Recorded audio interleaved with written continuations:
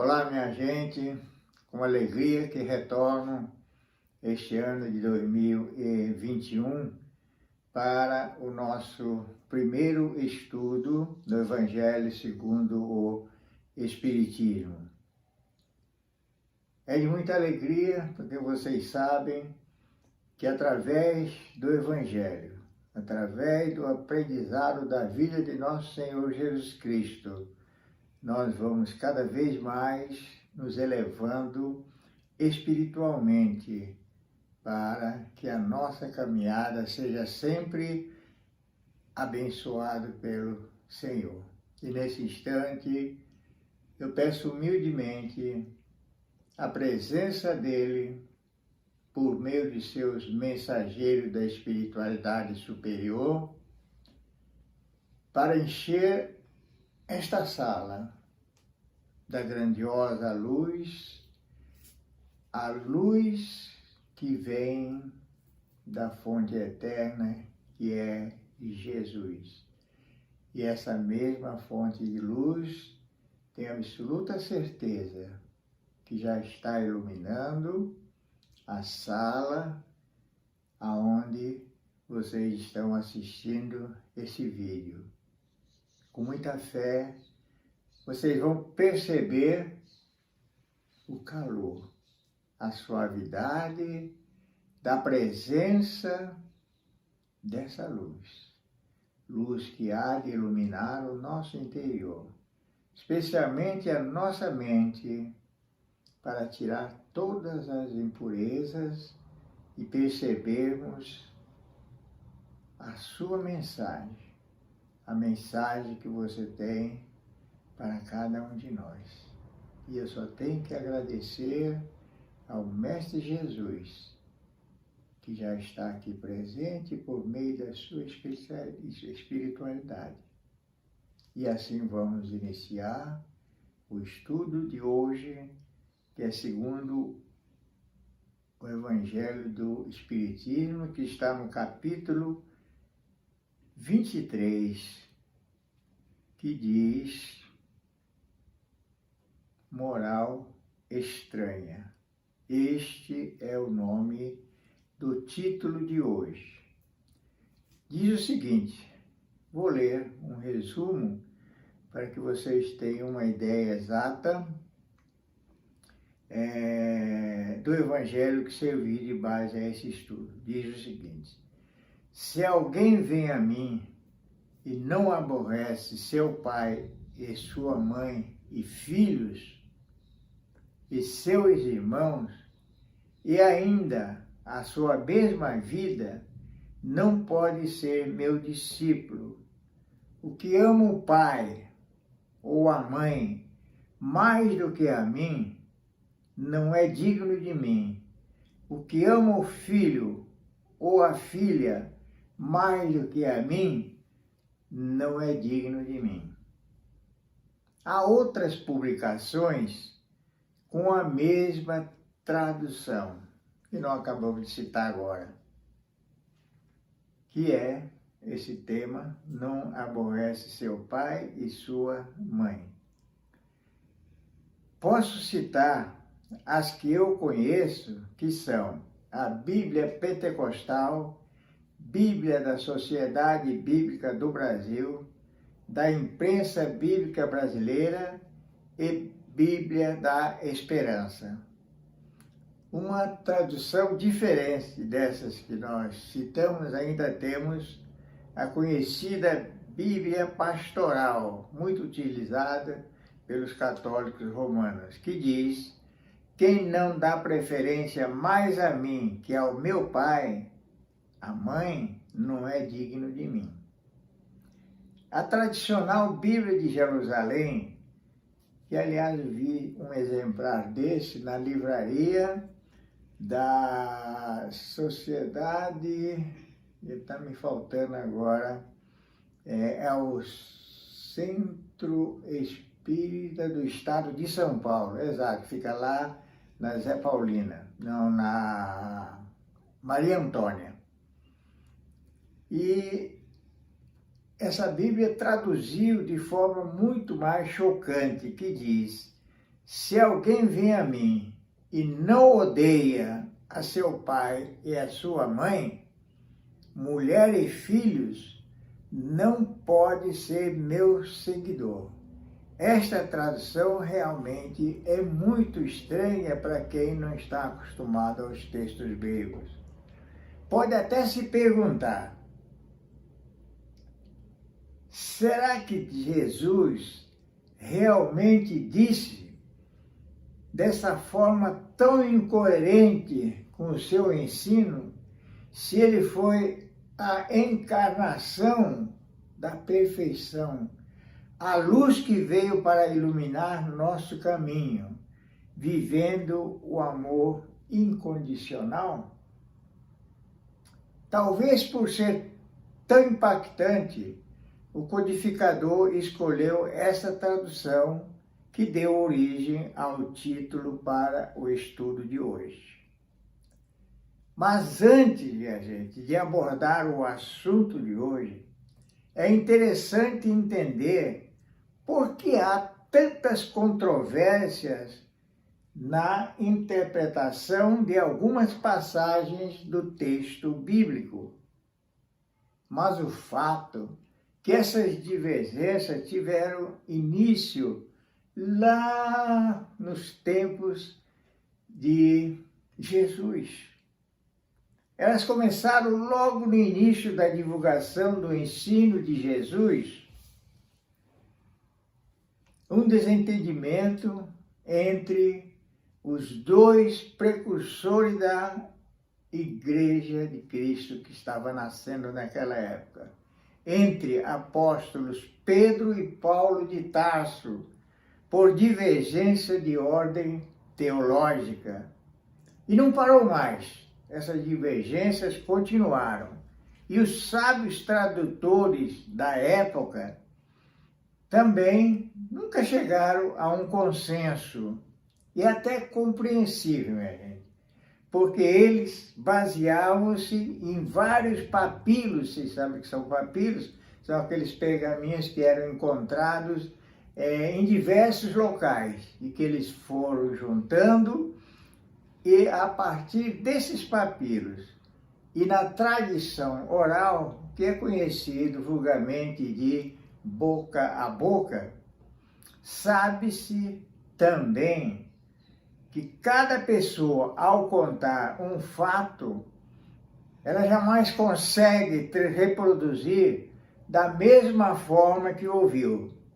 Isto porque cada pessoa entende e retransmite segundo a sua cultura e a sua experiência. E também na forma própria do uso das palavras. Assim, as diferenças de tradução acontecem sempre, e não poucas vezes. Eu diria até centenas de vezes, e não é exagero. São dados estatísticos. São tão sérias as divergências, minha gente, que provocaram divisões na nascente igreja cristã e continua até os nossos dias. As diferenças são tão irreconciliáveis que a Igreja Católica Romana adotou no Antigo Testamento 46 livros. A Igreja Protestante adotou apenas desses 46, 39 livros. Assim, excluiu do Antigo Testamento, a saber, o livro de Tobias, Judite, 1 Macabeus, 2 Macabeus, Sabedoria, Eclesiásticos, não confundir com Eclesiastes, minha gente, que é bem parecido. Na Bíblia protestante nós temos o livro de Eclesiastes, e no católico tem, além de Eclesiastes, o Eclesiástico, e finalmente o livro de Macabeus. É bom lembrar que não foram ainda incluídos na formatação da Bíblia, tal que nós conhecemos hoje, os ditos evangelhos apócrifos. Quanto ao Novo Testamento, não houve nenhuma discordância entre a Igreja Católica e a Evangélica. Então foram adotados os 27 livros do Novo Testamento.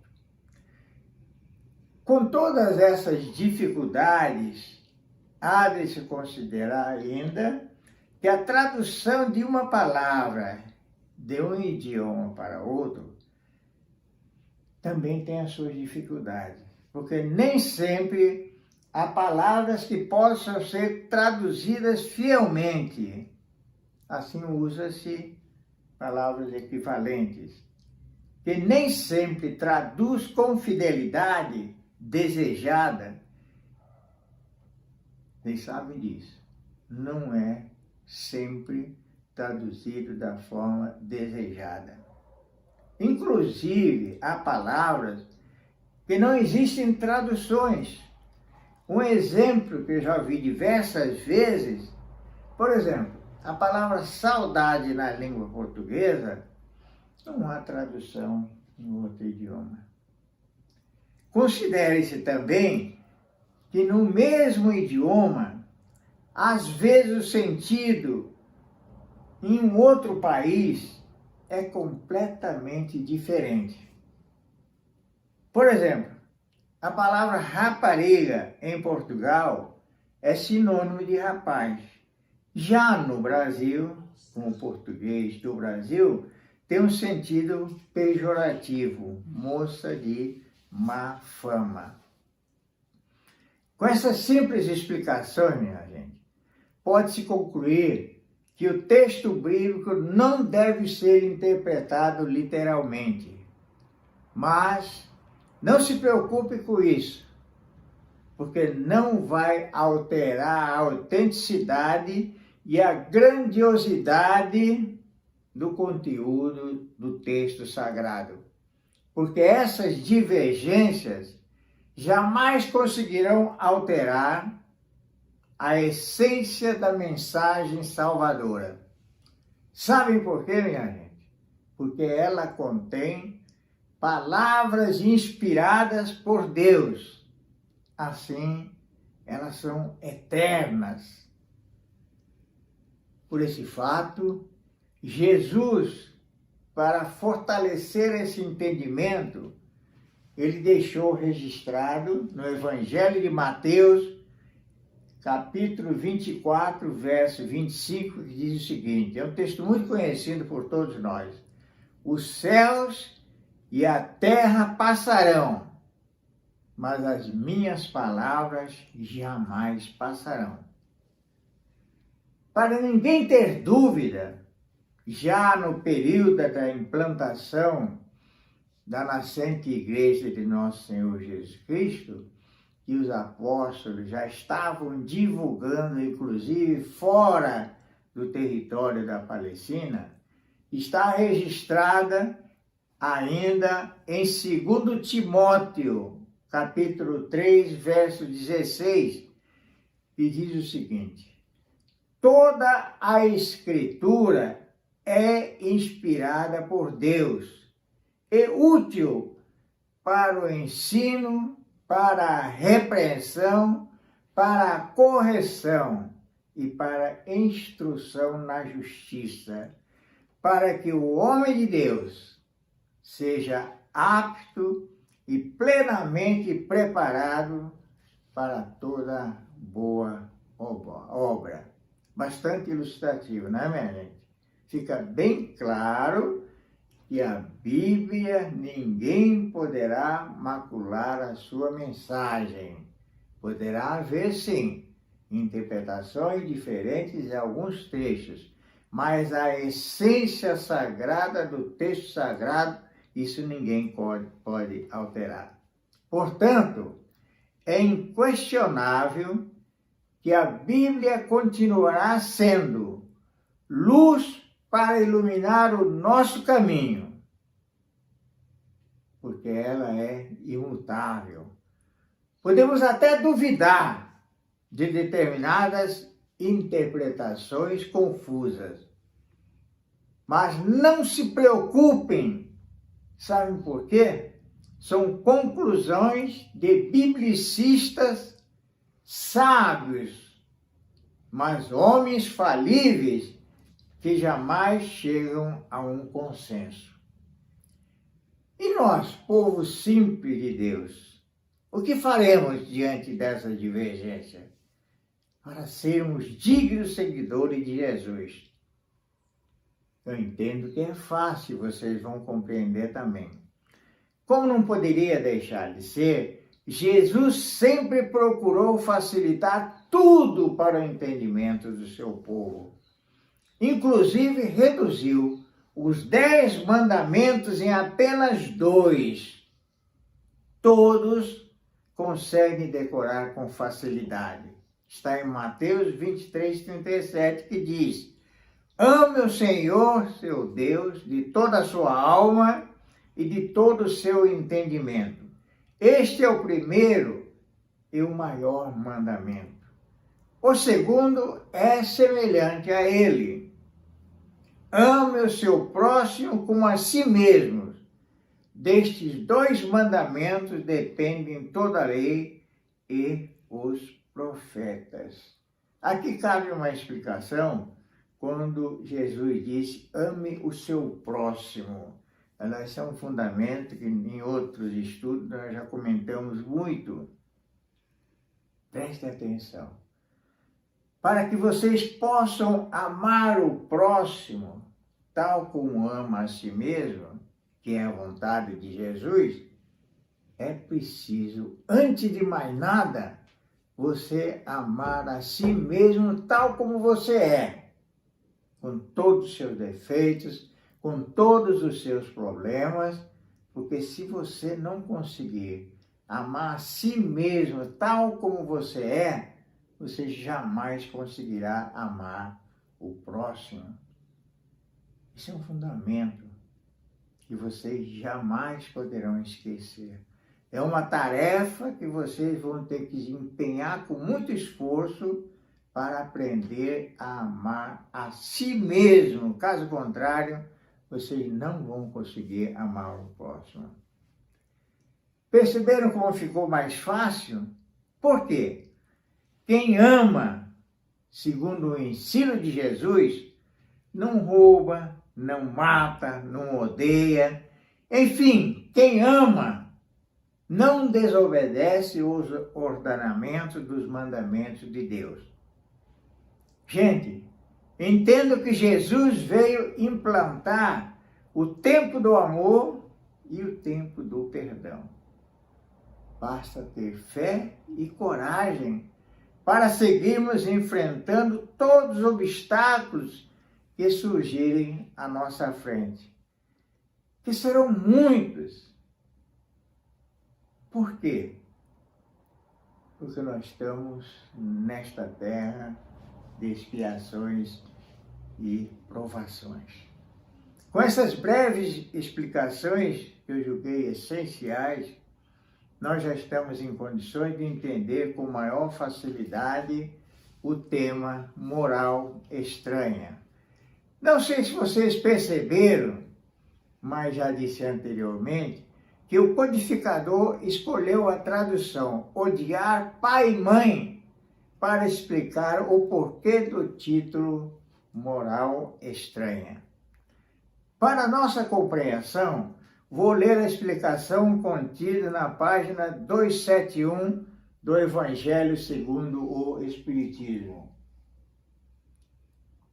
que diz o seguinte: a ordenança de Jesus, se alguém vem a mim e não odeia seu pai e sua mãe, ninguém teria a ideia de atribuí-la a Jesus.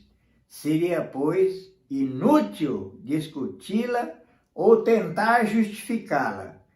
Primeiro seria necessário saber se ele a pronunciou. Em caso afirmativo, se na linguagem em que ele se exprimiu essa palavra tinha o mesmo sentido que a nossa. Perceberam bem? Muito fácil, não é?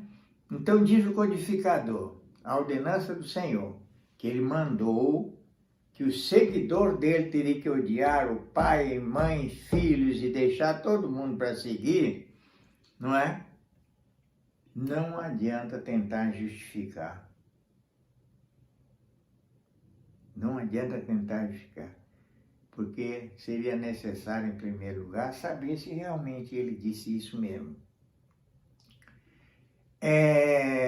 Há tentativas de teólogos, estudiosos, biblicistas, que se baseiam em várias situações com o uso da linguística, que é importante para a exegese, inclusive com auxílio de outras ciências, como a arqueologia, mas que não é o caso para o nosso estudo de hoje.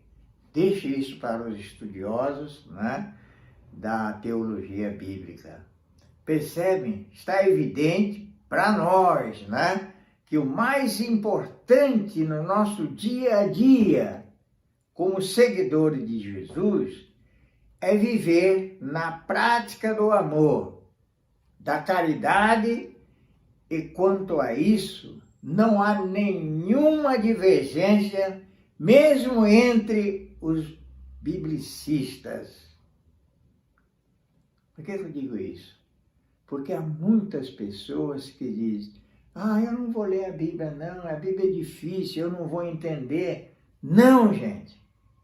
Leiam o texto bíblico, insistam com muita fé que a espiritualidade superior vai lhe comunicando, vai lhe ensinando, vai corrigindo e vai ensinando o verdadeiro sentido da Bíblia.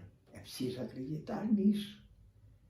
Assim sendo, nem pensar em ódio, egoísmo, aborrecimento, que só servem para atrair os espíritos da discórdia, espíritos maledicentes. E assim, para quê? Para que nós vamos pensar em maldade? Vamos sim amar a todos, até os nossos inimigos. Agora, com prioridade ao pai e à mãe e demais familiares. Tem mais, retribuir tudo que os pais fizeram por nós na fase de crescimento, cuidando-os na velhice. Aliás, o termo correto, certo, não seria retribuir, e sim obrigação do filho cuidar dos pais na velhice diante de Deus. Que é nada mais, nada menos que praticar o sublime ato da caridade. Mas tem muita gente que vai dizer: e para os pais e mães que nunca fizeram nada por nós, que nunca ligaram por nós? Não importa. Mesmo que tenha acontecido isso, cumpra a sua obrigação de cuidá-los. E tem mais ainda. Quem sabe se você não encarnou para passar por todas essas dificuldades com seus pais? Percebe?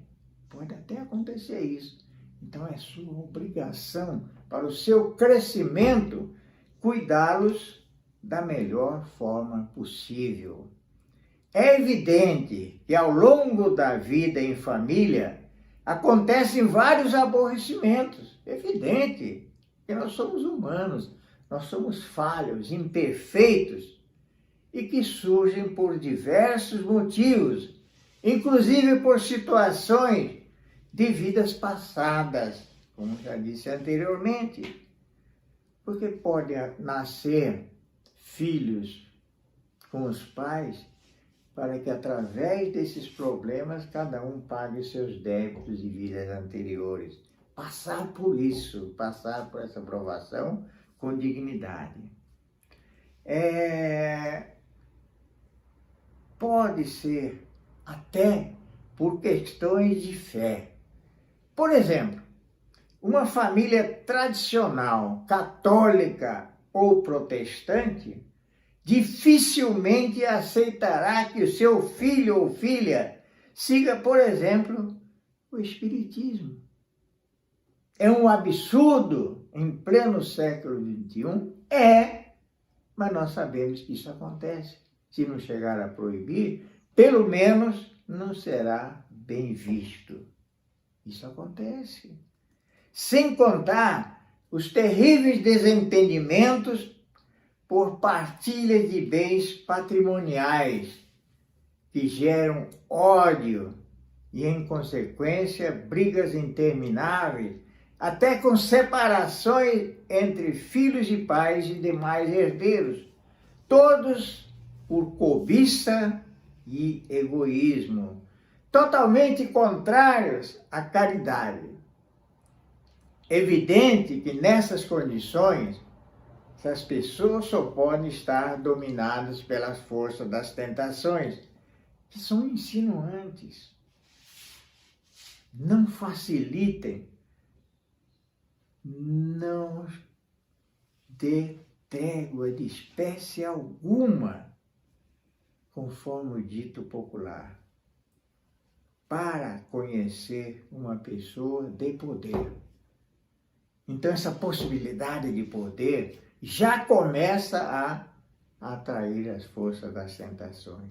Jesus já previa esse tipo de desentendimento. Jesus não deixou nada. Ele nos deu os conhecimentos completos para alcançarmos a salvação. Porque ele alertou em Mateus 10, 34, 56. Ele disse: não julgueis que vim trazer a paz à terra. Não vim trazer-lhe paz, mas eu vim trazer a espada, porque vim separar o homem contra seu pai e sua mãe, e contra sua sogra, e os inimigos do homem serão os da própria família. Entende como é impactante esse ensino de Jesus? É muito estranho, sem dúvida. Não pode ser entendido no seu sentido literal da leitura. É uma figura de linguagem muito impactante e deve ser entendido conforme o ensino do Divino Mestre, que, com sua bondade, amor, mansidão, sempre solícito ao lado do seu povo, ensinando e praticando a caridade. Como iria ele, o nosso mestre, o rei do amor, da mansidão, pregar o ódio? Jamais. Assim entenda que a caridade é o único gesto que conduz pelo caminho da salvação. Foi o ensino de Jesus e devemos praticá-la, imitando a vida dele. E essa prática de caridade deve ser um gesto espontâneo e no propósito de estender as mãos para levantar o necessitado. Não importa quem seja, até o nosso inimigo. Gente, para isso é preciso muita evolução espiritual. Nós temos que evoluir dia a dia até que consigamos praticar a caridade dessa forma. Maravilhoso, gente! Então, por que nós vamos nos preocupar com certas divergências de interpretações do texto bíblico? Por mais que seja estranho.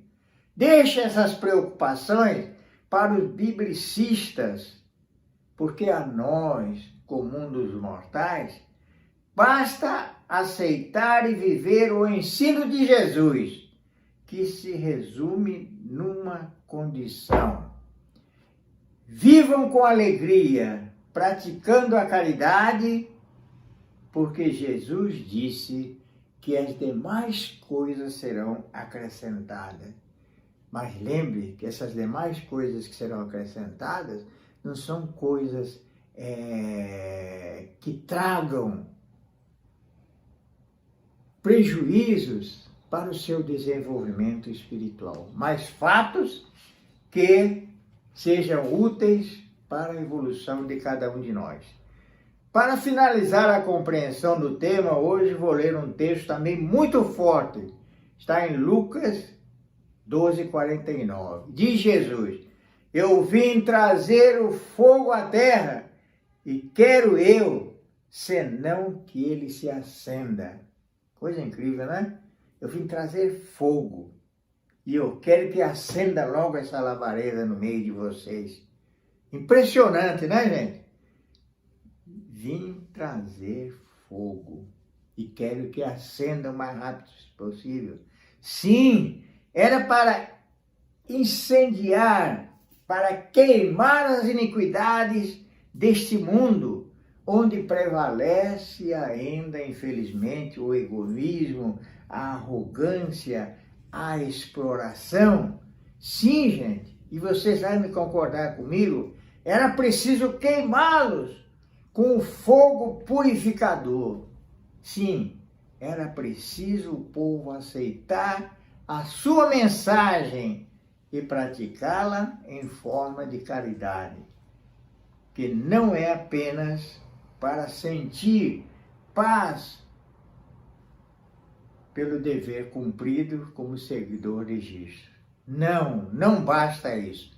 É preciso que seja um gesto espontâneo de solidariedade ou estender as mãos de ajuda a todos os necessitados. Não importa a quem, seja até ao inimigo, vamos repetir novamente isso, porque é a ordenança do nosso Mestre Jesus. Quer ser digno de fazer parte do rebanho de Jesus? Cumpra com humildade sua missão. E não reclame. Tenha coragem, disciplina, muita determinação para não cair na tentação. A tentação está presente em todos os momentos da nossa vida, inclusive nesse instante que nós estamos estudando o Evangelho de nosso Senhor Jesus Cristo. Todos nós sabemos, nós somos criaturas falhas em busca de evolução nesta terra, por isso que nós reencarnamos. Cada um de nós temos uma missão a ser cumprida nesta terra para que possamos subir cada vez mais os íngremes degraus da nossa evolução espiritual. Mas Jesus, o nosso Mestre, Ele está sempre ao nosso lado, por meio de toda a espiritualidade superior, que são seus mensageiros, são seus fazem parte da equipe nos diversos ramos de atuação, a equipe da saúde, a equipe do acompanhamento na nossa caminhada, a equipe que nos acompanha em todos os momentos da nossa caminhada.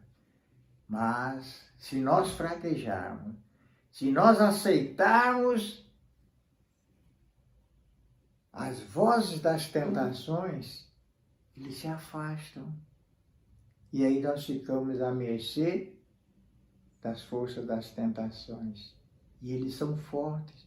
E nós vamos acabar sucumbindo, criando tantos problemas, não só para nós mesmos, como também as pessoas que convivem conosco, pessoas que nos amam.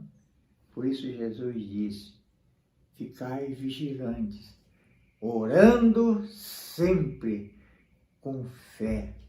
Meus estimados irmãos e irmãs, então, fiquem cientes de que essas divergências da Bíblia, inclusive o texto de hoje, que é muito chocante, ora, mas Jesus vai dizer: se você quiser ser meu discípulo, você tem que odiar seu pai, sua mãe, seus irmãos e tudo mais, e vir a me seguir. Não pense nisso. Pense apenas na mansidão, no amor de nosso Senhor Jesus Cristo. Eu espero em Deus que vocês tenham aproveitado bem esse nosso momento de estudo e que Deus abençoe a todos e muito obrigado pela atenção.